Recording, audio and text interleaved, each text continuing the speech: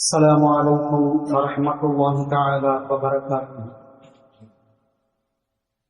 الحمد لله رب العالمين والعاقبة للمتقين، والصلاة والسلام على رسوله محمد وآله وصحبه أجمعين. ما بعد، فقد قال الله تعالى في القرآن العظيم والفرقان المجيد بعد أعوذ بالله من الشيطان الرجيم بسم الله الرحمن الرحيم. وما كان لنفس أن تموت إلا بإذن الله كتابا مؤجلا ومن يرد ثواب الدنيا نؤته منها ومن يرد ثواب الآخرة نؤته منها وسنجزي الشاكرين. فقال النبي صلى الله عليه وسلم والمهاجر من هجر ما نهى الله عنه، أو كما قال عليه الصلاة والسلام. رب اشرح لي صدري ويسر لي أمري واحلل عقدة من لساني يفقهوا قولي ربي زدني علما. سبحانك لا علم لنا إلا ما علمتنا إنك أنت العليم الحكيم. صدق الله العظيم. பெருந்திருக்கும் பெருமதிப்பிற்கும் உரிய எல்லாம் வல்ல அல்லாஹ்வின் நல்லடியார்களே,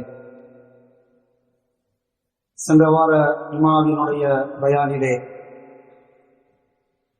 பலஸ்தீனிய தொடர் பிரச்சனைகள், போர் மூட்டங்கள் குறித்தும், இந்த நிலையிலே அந்த பலஸ்தீனிய நம்முடைய இஸ்லாமிய சொந்தங்கள் சுற்றி இருக்கக்கூடிய அண்டை நாடுகளாகிய இஸ்லாமிய நாடுகளால் கை கழுவிவிடப்பட்ட நிலையில் எந்தவிதமான உதவி கரங்களையும் அரவணைப்புகளையும் ஆதரவுகளையும் அடைக்கலங்களையும் தெரிவிக்காமல் வெளிப்படுத்தாமல் கைவிடப்பட்ட நிலையில் அங்கு வாழக்கூடிய நமது இஸ்லாமிய சொந்தங்களுடைய ஈமானிய உணர்வு உரம் யாருடைய ஈமானுடைய உணர்வோடு அது தொடர்புடையதாக இருக்கிறது என்பதனை குறித்தோம். அதை தழுவி நபிகளார் ஸல்லல்லாஹு அலைஹி வஸல்லம் அவர்கள் சொல்லியிருக்கக்கூடிய வகுன் இந்த உம்மத்தை பிடித்து நாசப்படுத்தக்கூடிய வகுன், அந்த வகுன் என்றால் என்ன என்ற அடிப்படையான ஒரு சில தகவல்களை சென்றவார் ஜுமாவினுடைய பயானிலே நாம் பார்ப்போம். அதனுடைய தொடர்ச்சியாக வகுன் என்ற அந்த விஷயத்தில் இன்றைய காலத்தில் வாழக்கூடிய இஸ்லாமிய சமுதாயமாகிய நாமும் 1400 வருடங்களுக்கு முன்பாக வாழ்ந்து சென்றுவிட்ட நபித்தோழர்களும் இந்த வகையினுடைய விஷயத்தில் என்ன மாதிரியான ஒரு நிலைப்பாட்டில் இருக்கின்றோம் என்பதனை நாம் பார்ப்பதற்கு கடமைப்பட்டிருக்கின்றோம். இஸ்லாமிய மார்க்கத்தை கடைபிடிக்கக்கூடிய விஷயத்துல சஹாபாக்களை விட நாம் ஒரு பிந்திய நிலைக்கு வேறுபடுத்தி காட்டுவது எது?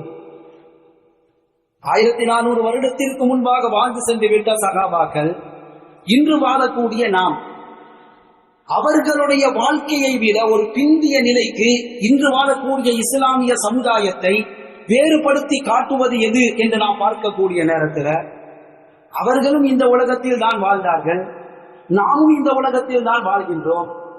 அவர்களுக்கும் இந்த உலகத்தில் தேவைகள் இருந்தன. ஹாஜாத்துல் உதுவிய்யா, ஹாஜாத்துல் நஃப்ஸிய்யா, உடல் சார்ந்த தேவைகள், உள்ளம் சார்ந்த தேவைகள், எல்லா தேவைகளும், இன்பங்கள், துன்பங்கள், கஷ்டங்கள், இழப்புகள், சுகங்கள், காதல், காமம் என்று எல்லா உடல் சார்ந்த உள்ளம் சார்ந்த தேவைகள் இருந்தன. நமக்கும் அது போன்ற தேவைகள் இருக்கின்றன. அவர்களும் அந்த தேவைகளை அடைந்து நிறைவு செய்து கொண்டார்கள். நாமும் அதே தேவைகளை அடைந்து நிறைவு செய்து கொண்டு இருக்கின்றோம். ஆனால் அவர்கள் அடைந்த அந்த உயர்ந்த அந்தஸ்தை நம்மால் அடைய முடியவில்லை. என்ன காரணம்? அதே வாழ்க்கையல் முறைதான், அதே உணர்வுகள் தான், அதே தேவைகள் தான், அதே உலகம் தான், அதே குறிப்பிட்ட கால அவகாசம் தான், அதே இறைவனுடைய கலாக்கதிர் விதிதான். ஆனால் அவர்கள் அடைந்த அந்த உயர்ந்த அந்தஸ்தை நம்மால் அடைய முடியவில்லை. என்ன காரணம் என்பதாக நாம் பார்க்கக்கூடிய நேரத்தில், அவர்களிடத்தில் குடிகொள்ளாத வகு என்ற இந்த சமுதாயத்தினுடைய பீடித்து இருக்கக்கூடிய கேன்சர் நோயாக இருக்கக்கூடிய வகை நம்மை பீடித்ததுதான்.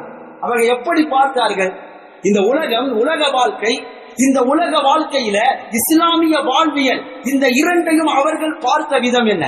அற்பமான உத்திரவாதம் இல்லாத எந்த விதமான வாரண்டியும் கேரண்டியும் கொடுக்கப்படாத உலக வாழ்க்கை. இந்த உலக வாழ்க்கையில இஸ்லாமிய வாழ்வியல் இந்த இரண்டையும் சகாபாக்கள் பார்த்த விதம் நாம் பார்க்கக்கூடிய விதம். உலக வாழ்க்கையை நாம எப்படி பார்க்கிறோம், இந்த உலக வாழ்க்கையில இஸ்லாமிய வாழ்வியலை எப்படி வாழ வேண்டும் என்பதை அவர்கள் பார்த்த விதம் நாம் பார்க்கக்கூடிய விதம். இந்த இரண்டையும் நாம் பிரித்து அறிந்துவிட்டால் நம்முடைய அடிமனதில ஆழ பதிந்திருக்கக்கூடிய வகுன், அந்த வகுன் என்ற சிந்தனையை நாம தூக்கி எறிந்து விட முடியும். நம்மால் தூக்கி எறிந்து விட முடியும். வகுன்னா என்ன? உலகம் என்று சொன்னால் அவ்வளவு பேராசை இருக்கும், மரணம் என்று சொன்னால் அந்த அளவிற்கு பயம் இருக்கும். உலகம் என்று சொன்னால் பேராசை, மரணம் என்று சொன்னால் பயம். அப்ப அந்த வகின் என்ற சிந்தனைய நாம் அந்த டிஃபரண்ட உலக வாழ்க்கை இஸ்லாமிய வாழ்வியல் இந்த இரண்டையும் அவர்கள் பார்த்த விதம், அதே நாம் இந்த உலக வாழ்க்கை இஸ்லாமிய வாழ்வியல் இந்த இரண்டையும் நாம் பார்க்கக்கூடிய விதம். இந்த இரண்டிற்குமான வித்தியாசத்தை வேறுபாட்டை நாம் தெரிந்து கொண்டால் வகின தூக்கி எறிந்தது. சகாபாக்களுடைய நிலை என்று நாம் பார்க்கக்கூடிய நேரத்தில் இஸ்லாம் என்று வரும் பொழுது இந்த உலக வாழ்க்கையை முதுகுக்கு பின்னால் தூக்கி எறிந்துவிட்டு அவர்கள் வந்தார்கள். தூக்கி எறிந்துவிட்டு வந்தார்கள். எந்த வகையிலும் அவர்கள் இந்த உலக வாழ்க்கையை ஒரு பெரிதாக கருதவில்லை, பொருட்படுத்தவில்லை. அவர்கள் திரும்பி பார்க்கவில்லை உலகத்தை. மார்க்கம் என்று வந்துவிட்டால் உலக வாழ்க்கையை, என்னுடைய குடும்பம், என்னுடைய மனைவி, என்னுடைய மக்கள், நான் சம்பாதித்து சேகரித்து வைத்திருக்கக்கூடிய எண்ணிலடங்காத சொத்துக்களுடைய மதிப்பீடு என்று எதையும் அவர்கள் பொருட்படுத்தவில்லை, பார்க்கவில்லை. ஆனால் நாம் எதை முதன்மைப்படுத்துவோம்? தீன் துன்யா என்று வரக்கூடிய நேரத்துல தீனா துன்யாவா அப்படின்னு வந்தா நாம எதனை முதன்மைப்படுத்துவோம்? அப்ப இந்த நிலைப்பாடு என்பது, இந்த மனநிலை என்பது எதனுடைய வெளிப்பாடு என்று நாம் பார்க்கக்கூடிய நேரத்தில் அந்த வகினினுடைய வெளிப்பாடு தான். அதுதான் ஈமானிய பலகீனம். அல்லாஹ்விற்காக, ரசூலிற்காக, அல்லாஹ்வின் மூலமாக, ரசூலினுடைய அல்லாஹ்விடத்தில் இருந்து ரசூலின் மூலமாக இந்த சமுதாயத்திற்கு கொடுக்கப்பட்டிருக்கக்கூடிய தீனுல் இஸ்லாம், இந்த இஸ்லாமிய மார்க்கத்தை இந்த சொற்பமான உத்திரவாதம் இல்லாத எந்த விதமான வாரண்டியும் கேரண்டியும் கொடுக்கப்படாத இந்த உலக வாழ்க்கையில அந்த இஸ்லாமிய வாழ்வியலை வாழ்வதற்காக பிரச்சனைகளை சந்திப்பதற்கு தான் நமக்கு தைரியம் கிடையாது. மாற்றார்களிடத்திலிருந்து ஏற்படக்கூடிய பிரச்சனைகள் நாம் எதிர்கொள்வதற்கு நமக்கு தைரியம் கிடையாது. பின்வாங்குகின்றோம். எதனால் பின்வாங்குகின்றோம்? உலக வாழ்க்கை பறிபோகி விடுவோ என்று பயம், நம்முடைய சொத்துக்கள் முடக்கப்பட்டு விடுவோ என்ற பயம், நம்முடைய உயிருக்கு உத்தரவாதம் இல்லையோ என்று பயம். இன்றைக்கு இந்த உலக நாடுகளை ஆட்டி படைத்துக் கொண்டு இருக்கக்கூடிய, ஆக்கிரமித்து இருக்கக்கூடிய ஜனநாயகவாதிகள், மதசார்பற்றவாதிகள், முதலாளித்துவவாதிகள், கம்யூனிச சிந்தனையாளர்கள், இவர்களால் இந்த சமூகத்திற்கு உலக நாடுகள்ல கொடுக்கப்பட்டிருக்கக்கூடிய ஃப்ரீடம்ஸ், அந்த சுதந்திரங்கள் எல்லாம் இந்த சமுதாயத்தில் இருந்து அது பறிபோகி விடுவோ, பறிக்கப்பட்டு விடுவோ, அவர்களிடத்தில் இருந்து கையாளப்பட்டு விடுவோ என்ற அந்த பயம் இஸ்லாமிய வாழ்வியலை வாழ விடாம இந்த சமூகத்தை தடுக்கிறது. இந்த நேரத்தில் நாம ஸல்லல்லாஹு அலைஹி வஸல்லம் அவர்களுடைய ஹதீஸின் பக்கம் திரும்பி பார்ப்பதற்கு கடமைப்பட்டிருக்கிறோம். நபி ஸல்லல்லாஹு அலைஹி வஸல்லம் சொல்றாங்க, நீங்க ஒரு தவறை காணக்கூடிய நேரத்துல, சொசைட்டில, சமுதாயத்துல நீங்க ஒரு முன்கர், பொதுவா நம்ம அனைவருமே அறிந்த ஒரு ஹதீஸ் இருக்கின்றது, உங்களில் யாராவது ஒரு தவறை கண்டால் அவருடைய கரத்தால் தடுக்கட்டும், முடியாதவர்கள் நாவினால் தடுக்கட்டும், அதற்கு முடியாதவர்கள் அது தவறு என்பதாக மனதால் வெறுத்து அதிலிருந்து ஒதுங்கி விலகி வாழட்டும். இது ஈமானுடைய ஆகக்கடைசி நிலை என்பதாக ஸல்லல்லாஹு அலைஹி வஸல்லம் சொல்றார். இந்த அஹ்மது இந்த ஹதீஸ் கிரந்தத்துல பதிவு செய்யப்பட்ட ஒரு ஹதீஸ்ல ஸல்லல்லாஹு அலைஹி வஸல்லம் சொல்லக்கூடிய நேரத்துல, நீங்கள் ஒரு தவறை மக்களிடத்துல காணும் பொழுது மக்களின் மீது நீங்கள் கொண்டிருக்கக்கூடிய பய உணர்வு, அச்ச உணர்வு உங்களை உண்மையை பேசுவதை விட்டும் தடுத்து விட வேண்டாம். அத தவறுன்னு நமக்கு தெரியுது, நடக்கக்கூடியது தவறுன்னு தெரியுது, இது முன்கர் அல்லாஹ் ரசூலால் தடுக்கப்பட்ட, தடை உத்தரவு கொடுக்கப்பட்ட காரியம் தெரியுது. ஆனா அதனை நாம தவறுன்னு எடுத்து சொல்வதற்கு எது தடுக்கிறது? மக்கள் மீது கொண்டு இருக்கக்கூடிய அச்ச உணர்வு, பயம், ஏதாவது சொல்வாங்களோ அல்லது நம்மள வேறு ஏதாவது பேர் கட்டி விட்டுருவாங்களோ என்ற அந்த பயம், அந்த இடத்துல தவற இது தவறு என்பதாக எடுத்து சொல்லி அதற்கு நேர்முரணான உண்மையான சிந்தனை என்ன என்பதனை முன்வைப்பதற்கு எது தடுக்கின்றது? மக்கள் மீது கொண்டிருக்கக்கூடிய அச்ச உணர்வு தடுக்க வேண்டாம் அப்படின்னு சொல்றாங்க. தொடர்ந்து பேசக்கூடிய நேரத்துல உண்மையை எடுத்துரைப்பதும், இது மாதிரியான நேரங்கள்ல உண்மையை எடுத்துரைப்பதும், சரியானது எதுவோ அதனை செய்வதும் ஒரு பொழுதும் உங்களுடைய அஜல் என்ற உங்களுடைய வாழ்நாளை முற்படுத்துவதும் இல்லை, அல்லது ரிஸ்க் என்ற உங்களுடைய வாழ்வாதாரத்தை குறைத்து விடுவதும் கிடையாது.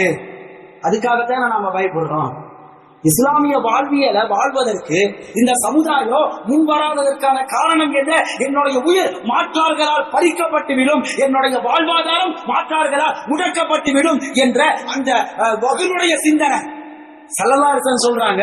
ஆனா இது ஏற்பட நீங்க இஸ்லாமிய மார்க்கத்தை தெளிவான முறையில, தைரியமான முறையில, துணிச்சலோடு எடுத்து சொல்வதன் மூலமாக உங்களுடைய வாழ்நாளும் குறைக்கப்படாது, உங்களுடைய வாழ்வாதாரம் அது நிறுத்தப்படாது.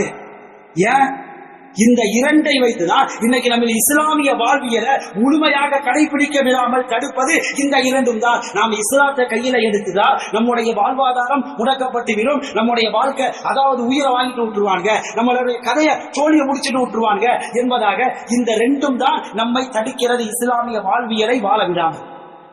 ஆனால் இந்த இரண்டுமே இறைவனுடைய கையில் இருக்கு. இந்த இரண்டுமே யாருடைய கையில் இருக்குது? நமக்கு கொடுக்கப்படக்கூடிய வாழ்க்கையா இருக்கட்டும், ஆயுட்காலமா இருக்கட்டும், அந்த ஆயுட்காலத்துல அல்லாஹ் நமக்கு கொடுக்கக்கூடிய வாழ்வாதாரங்களா இருக்கட்டும், இந்த ரெண்டுமே யாருடைய கையில இருக்குது? அல்லாஹ்வினுடைய கையில இருக்கின்றது. இந்த ஈமான், இந்த இறை நம்பிக்கை சஹாபாக்களுடைய அடி மனதில ஆழ பதிந்ததனுடைய விளைவு வகுன் அவர்களுடைய மனதில் குடிக்கொள்ள தூக்கி எறிஞ்சிட்டாங்க வகுல. ஏன்னா ரெண்டுமே அல்லாஹ்வினுடைய கையில தான் இருக்குது. யாரும் அதனை முடிவு செய்ய முடியாது. ஜனநாயகவாதிகளோ, மதசார்பற்றவர்களோ, முதலாளித்துவவாதிகளோ, கம்யூனிச சிந்தனை கொண்டவர்களோ அவர்களால் இந்த சமுதாயத்தினுடைய வாழ்வாதாரத்தையோ வாழ்க்கையோ முடிவு செய்ய முடியாது. குர்ஆனுடைய வசனம் உண்டு. அல் இம்ரான் என்ற அத்தியாயத்தினுடைய ஒரு வசனம். அல்லாஹ் தஆலா உஹது போர் நடந்து முடிந்ததற்கு பிறகு இந்த வசனங்கள் அல்லாஹ் தஆலா இறக்கி வைத்தார். அந்த வசனத்துல சொல்லக்கூடிய நேரத்துல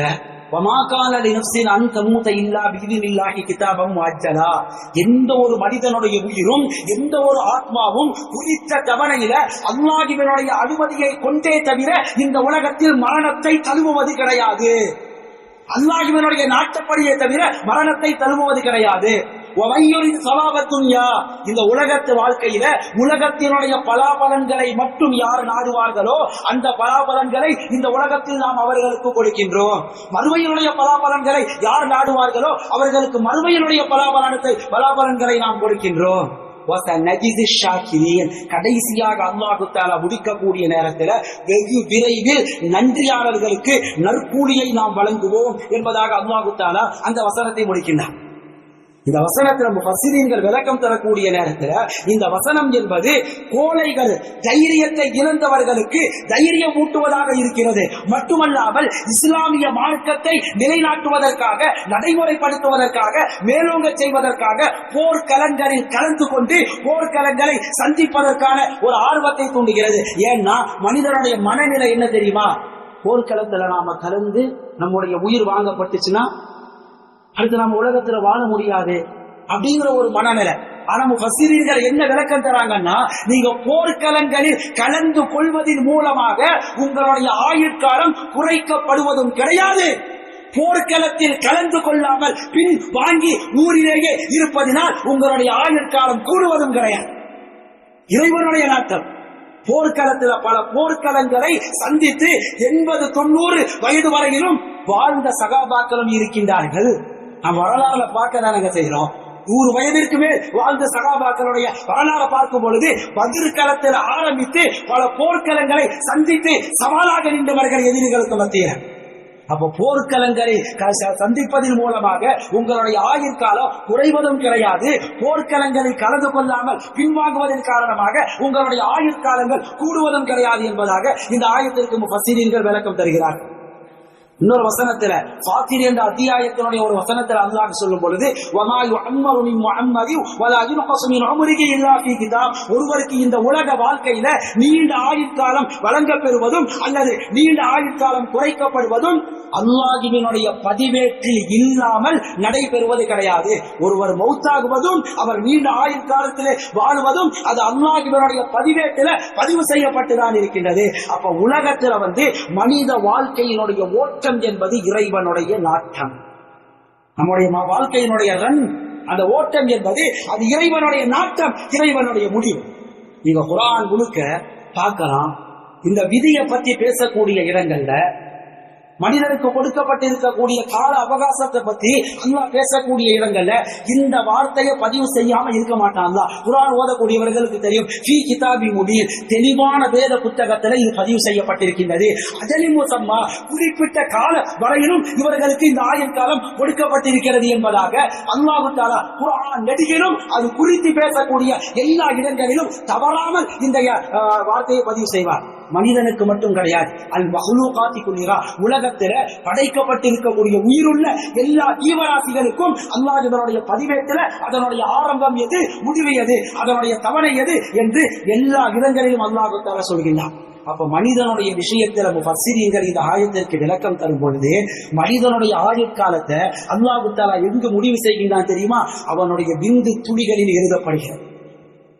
தனது தந்தையினுடைய உச்சகட்ட நிலையில உறுப்புல இருந்து வெளிவரக்கூடிய அந்த நேரத்தில் எந்த விந்து துளியில் அது உயிரை அல்லாஹ் தஆலா வைத்திருக்கின்றானோ அந்த விந்து துளியில அதனுடைய விந்து துளிகள்ல அல்லாஹ் தஆலா மனிதனுடைய கதிரை எழுதுகின்றான். இவன் இந்த உலகத்துல மனிதனாக பிறந்து இத்தனை வருட காலங்கள், இத்தனை ஆயுள் காலங்கள் வாழ வேண்டும் என்பதாக அல்லாஹ் விந்து துளிகளில் எழுதி விடுகின்றார் என்று முஃபஸ்ஸிரீன்கள் இந்த ஆயத்திற்கு விளக்கம் தருகிறார்.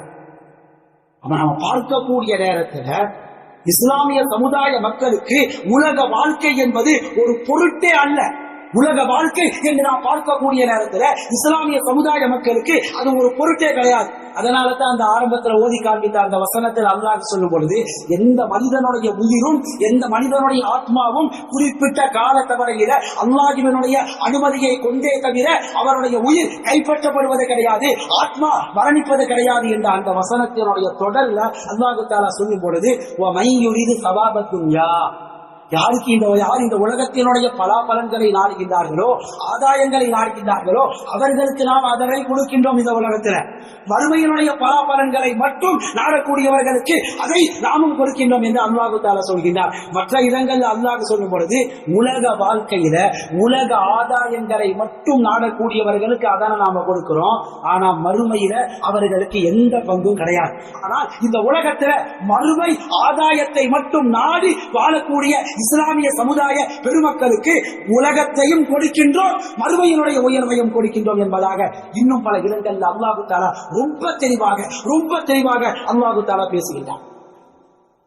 அவ இஸ்லாமிய சமுதாய மக்கள் இந்த உலக உத்தரவாதம் இல்லாத, எந்த விதமான வாரண்டியும் கேரண்டியும் கொடுக்கப்படாத இந்த உலக வாழ்க்கையில இஸ்லாமிய வாழ்வியலை முழுமையாக மேற்கொள்வதற்கு எத்தரிக்கக்கூடிய நேரத்தில், முழுமையாக கடைபிடிப்பதற்கு முன்வரக்கூடிய நேரத்தில், அப்படி கடைபிடிப்பதற்கு முன்வந்துவிட்டால் இஸ்லாமிய மார்க்கத்தினுடைய விரோதிகள், இறை மறுப்பாளர்களுடைய அந்த விரோதத்தை சந்திக்கக்கூடிய, எதிர்வினையை சந்திப்பதற்கு சமாளிக்கக்கூடிய மனநிலையை கொண்டிருக்கக்கூடிய நேரத்தில், அப்படிப்பட்ட உறுதிப்பாட்ட, அப்படிப்பட்ட ஈமானிய உணர்வை, உரத்தை அவர்கள் பெற்றிருக்கக்கூடிய நேரத்தில் அல்லாஹ்வினுடைய அஜலும் மாற்றப்படாது, அல்லாஹ்வினுடைய ரிஸ்க்கும் மாற்றப்படாது. இன்னைக்கு நாம பின்வாங்குவது என்ன? அது பேக் அடிப்பது எதற்காக?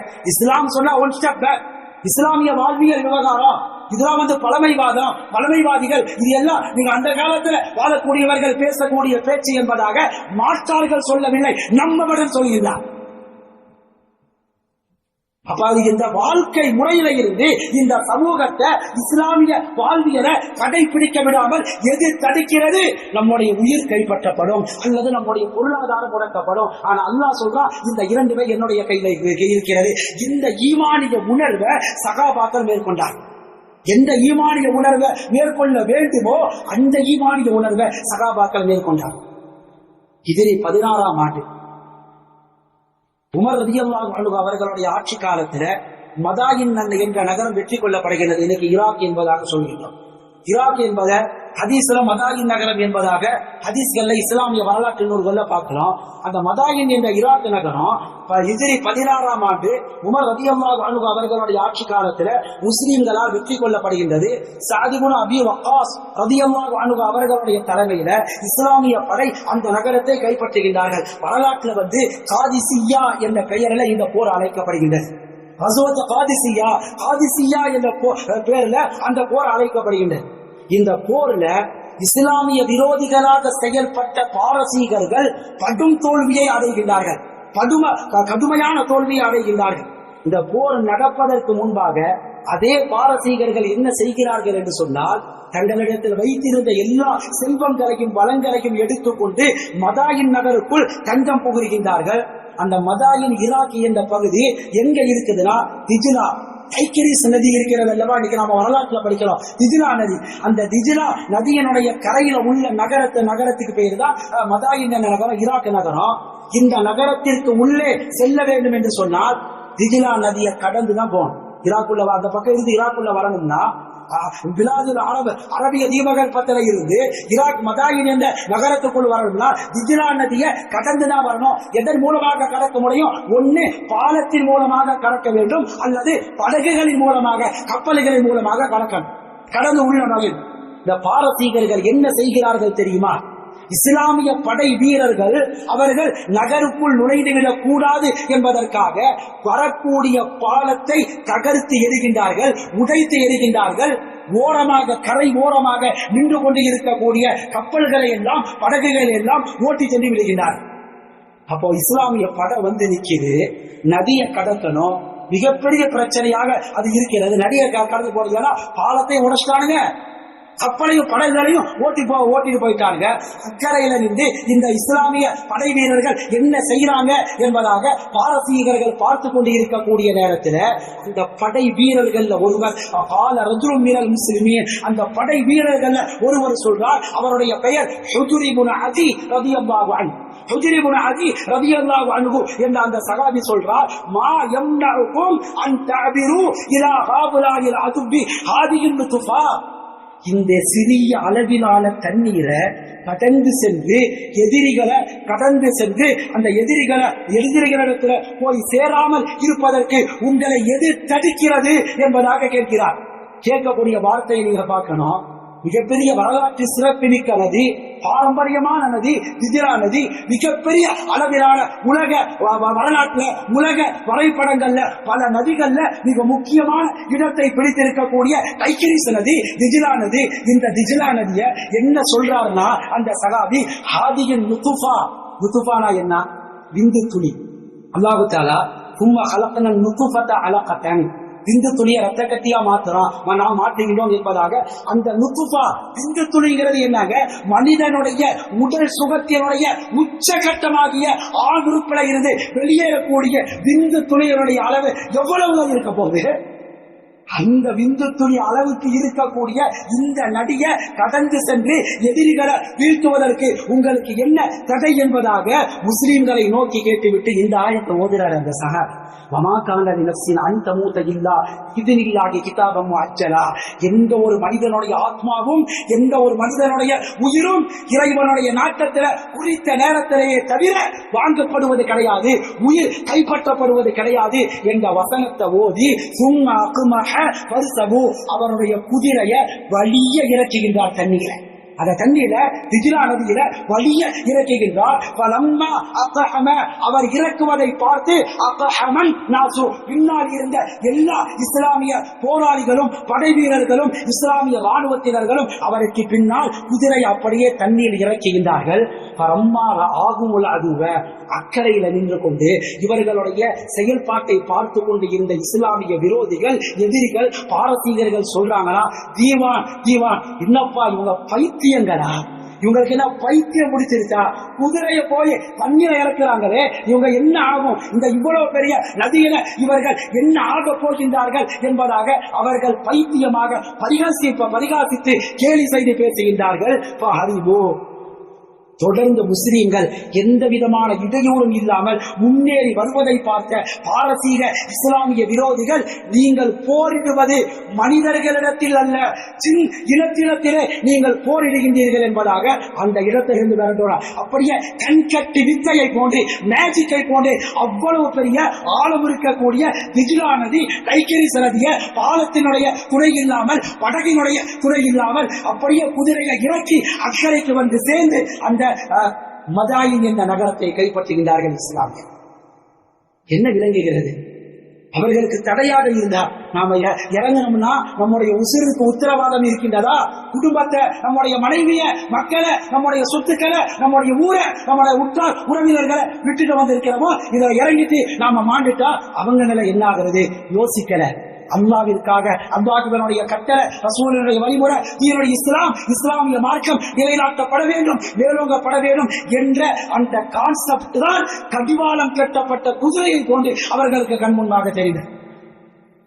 என்ன விளங்குகிறது என்று சொன்னால், நபிகளார் ஸல்லல்லாஹு அலைஹி வஸல்லம் அவர்களால் உருவாக்கப்பட்ட ஈமானிய உரம் எந்த அளவிற்கு அவர்களுடைய உள்ளங்களில் அது பாய்ச்சப்பட்டுள்ளது என்று சொன்னால், எந்த அளவிற்கு அவர்களுடைய உள்ளங்கள்ல அது வேரோண்டி பாய்ந்திருக்கிறது என்பதை நம்மால் பார்க்க முடியும். இஸ்லாமிய வரலாற்றில் இரண்டாவதாக நடந்த உஹது யுத்தம், ஆரம்பத்தில் பத்ர் யுத்தம் நமக்கெல்லாம் தெரியும். பத்ர் யுத்தத்தில் முஸ்லிம்களுக்கு மகத்தான வெற்றி அல்லாஹ் தஆலா தந்தான். பக்கத்து காபிர்களுக்கு கடுமையான தோல்வியை தந்தான். ஆனா உஹது யுத்தத்துல கிட்டத்தட்ட 70க்கும் மேற்பட்ட சகாபாக்கள் கொல்லப்படுகிறார்கள் குஃபார்களால், மக்கத்து குஃபார்களால் 70க்கும் மேற்பட்ட சகாபாக்கள் அந்த இடத்துல ஷஹீதாக்கப்படுறாங்க. பல சகாபாக்கள் படுகாயம் அடைகிறார்கள். படுகாயம்னா சாதாரண படுகாயம் கிடையாது. சில சகாபாக்களுக்கு விரல்கள் வெட்டப்படுகின்றன, கைகள் வெட்டப்படுகின்றன, அம்புகளுடைய, ஈட்டிகளுடைய, வாட்களுடைய பலவிதமான கோர காயங்கள் அவர்களுடைய உச்ச தலைகளில் இருந்து உள்ளம் கால் வரை நிரம்பி இருக்கின்றது. அந்த காயம் ஆறுவதற்கு பல மாதங்கள் பிடிக்கலாம், பல வருடங்கள் பிடிக்கலாம், அந்த அளவுக்கு காயம். அப்ப இந்த போரினுடைய விஷயத்துல வரலாற்று ஆசிரியர்கள் சொல்லும் பொழுது முஸ்லிம்களுக்கு கடுமையான தோல்வியும் இந்த உஹது காலத்துல கிடையாது. குஃபார்களுக்கு, மக்கத்து குஃபார்களுக்கு மகத்தான வெற்றியும் கிடையாது. சிறிய அளவிலான வெற்றியை மக்கத்து குஃபார்கள் அடைகின்றார்கள். அடைஞ்சு அவங்க திரும்பி போயிட்டாங்க. வெற்றியை அடைந்து திரும்பி மக்காவை நோக்கி போயிட்டு இருக்கிறாங்க. ஒரு இடத்துல தங்கி அந்த இடத்துல மீண்டும் நாம் முஸ்லிம்களை தாக்கலாம் அப்படின்னு முடிவு செய்யலாம். மீண்டும் நாம முஸ்லிம்கள் மறுபடியும் அட்டாக் பண்ணலாம். இப்ப கொஞ்சம் பேரை தான் அழிச்சிட்டு வந்தோம், ஒண்ணுமே இல்லாம எல்லாத்தையும் அழிச்சிட்டு இஸ்லாமையும் முஸ்லீமையும் நவுதுபில்லா அல்லாஹ் பாதுகாக்கணும், வேரோடும் வேரடி மண்ணோடும் பிடுங்கி எடுத்து மண்ணில் புதைத்து விடலாம் அப்படின்னு ஆலோசனை செய்யறாங்க. அந்த நேரத்துல அதாவது வேவு பார்ப்பதற்காக, எதிரிகளுடைய நிலையை அறிவதற்காக, வேவு பார்ப்பதற்காக ஸல்லல்லாஹு அலைஹி வஸல்லம் அவர்கள் சில ஒற்றர்களை அனுப்பி வைக்கின்றார்கள். அந்த ஒற்றர்கள் போய் குஃபார்களுடைய நிலைப்பாடு என்னவென்பதை அறிந்து வருவதற்காக செல்கின்றார்கள். அந்த நேரத்தில் சில மனிதர்களை சந்திக்கும் பொழுது அவங்க செய்தியை என்ன செய்யறாங்க, மெசேஜை ஃபார்வர்டு பண்றாங்க இவங்கள்ட்ட. என்னன்னா, இது மாதிரி மக்கத்து குஃபார்கள் மீண்டும் உங்களை அடிப்பதற்கு அணி திரண்டுகிறார்கள், அணியை திரட்டு கொண்டு இருக்கிறார்கள். எனவே நீங்க என்ன செய்யுங்க, உஹது களத்திலிருந்து மதீனாவுக்கு போய் நீங்க உங்களுடைய உசிரை பாதுகாத்துக் கொள்ளுங்க என்பதாக அவங்க மெசேஜ் தராங்க. அந்த மெசேஜ அப்படியே அந்த ஒற்றர்கள் எடுத்து வந்து ஸல்லல்லாஹு அலைஹி வஸல்லம் சகாபாக்களை சொல்றாங்க. அந்த நேரத்தில் சகாபாக்களுடைய மனநிலை எப்படி இருந்தது என்பதை ஆல இம்ரான் அத்தியாயத்தினுடைய ஒரு வசனத்தில் அல்லாஹ் தஆலா சொல்லும் பொழுது, அல்லதீன கால லஹுமுன் நாஸ், சில மனிதர்கள் இவர்களிடத்தில் சகாபாக்களிடத்தில் சொன்னார்கள், இன்னன்னாஸ கத் ஜமஉ லகும், மக்கத்து மனிதர்கள், மக்கத்து குஃபார்கள் உங்களை பூண்டோடு அழிப்பதற்காக மக்களை ஒன்று திரட்டுகின்றார்கள், ஒன்று கூடுகின்றார்கள். எனவே நீங்கள் பயந்து ஓடிவிடுங்கள், உஹது களத்தில் இருந்து அவர்களுக்கு பயந்து ஓடிவிடுங்கள் என்று சொன்ன நேரத்தில் எப்படிப்பட்ட நிலைங்க, அது எப்படிப்பட்ட நிலை குறையக்கூடிய தருணம், எல்லாரக்கூடிய தருணம், தடுமாறக்கூடிய தருணம், பின்வாங்கக்கூடிய தருணம், குழப்பமான மன நிலையில் இருக்கக்கூடிய தருணம்.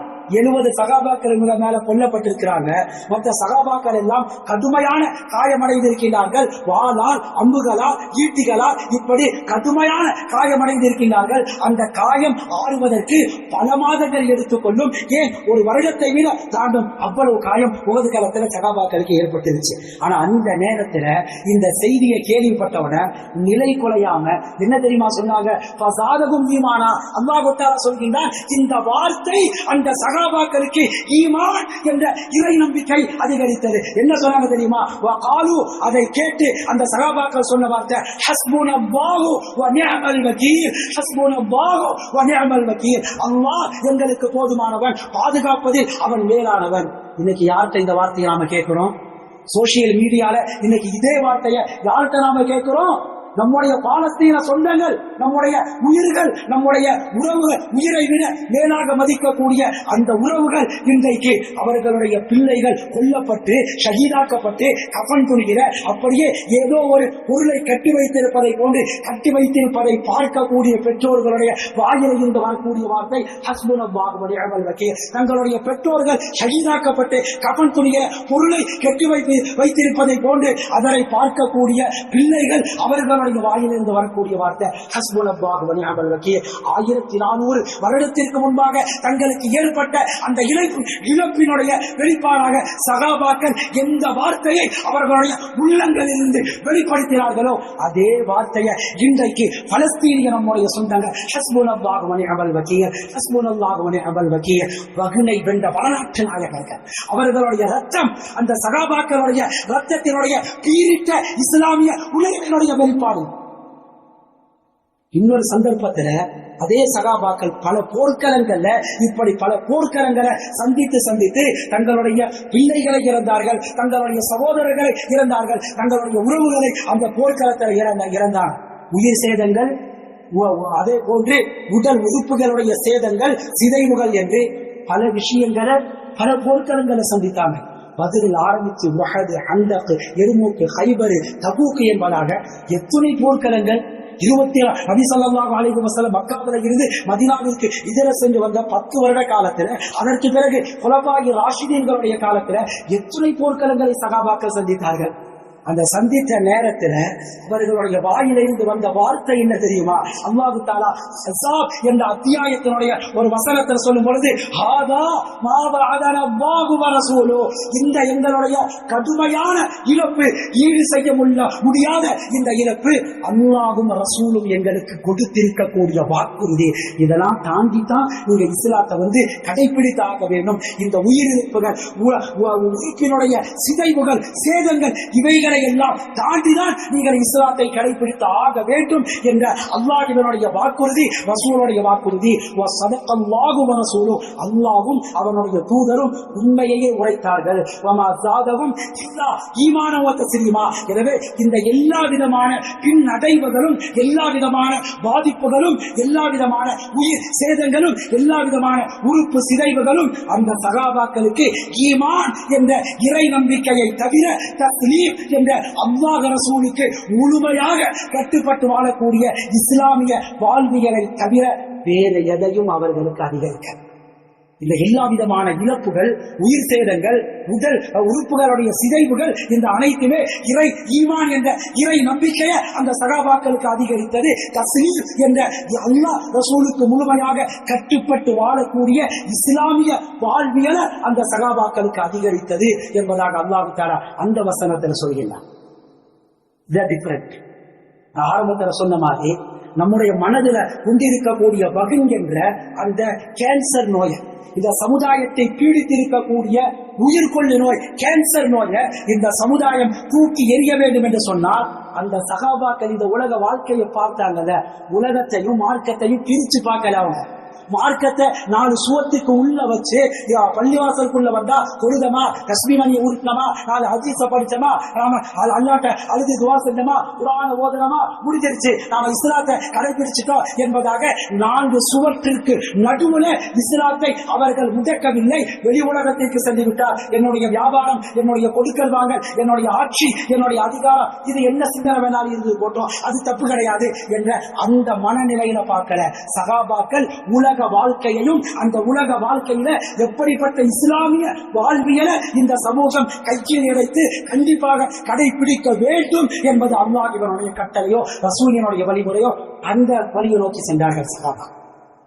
அப்ப உலக வாழ்க்கையை தக்க வைப்பதற்காக பயந்து பயந்து பயந்து பயந்து பின்வாங்குவது என்பது, பதுங்குவது என்பது, ஒதுங்குவது என்பது, விரண்டோடுவது என்பது, கோழைத்தனத்தை கையில் எடுப்பது என்பது, நிஃபாக் என்ற நயவஞ்சகத்தனத்தை கையில் எடுப்பது என்பது, அதே போன்று எட்டப்பன் என்ற அந்த மெசேஜ்களை இந்த சமுதாயத்தில் நடக்கக்கூடிய மெசேஜ்கள் அதிகாரிகளுக்கு சொல்லக்கூடிய அந்த எட்டப்பன் வேலையை பார்க்கக்கூடிய வேலை, இந்த வேலை எல்லாமே என்னது? ஈமானிய பலவீனம். அந்த வகின் என்ற இந்த சிந்தனை கேன்சர் நோய் இந்த சமுதாயத்தை குடிக்கொண்டதனுடைய விளைவு இன்றைக்கு நாம் இஸ்லாமிய மார்க்கத்தை கடைபிடிப்பதில் மிகவும் பிந்திய நிலைக்கு நாம் சென்று கொண்டிருக்கிறோம். எந்த அளவு என்று சொன்னால் அதே சகாபாக்கள் அவர்கள் வாழ்ந்த அதே உலகத்துல தான் நாமளும் வாழ்றோம். அவர்களுக்கு இருக்கக்கூடிய தேவைகள் தான் நமக்கும் இருக்கின்றது. அவர்கள் எப்படி தங்களுடைய தேவைகளை நிறைவேற்றிக் கொண்டார்களோ அதே தேவைகளை அதே வழியில தான் நாமும் நிறைவேற்றிக் கொள்கின்றோம். ஆனால் அவர்கள் அடைந்த உயர்ந்த அந்தஸ்து நாம் அடையல. ஏணி வச்சா கூட எட்டாதுமாங்கல.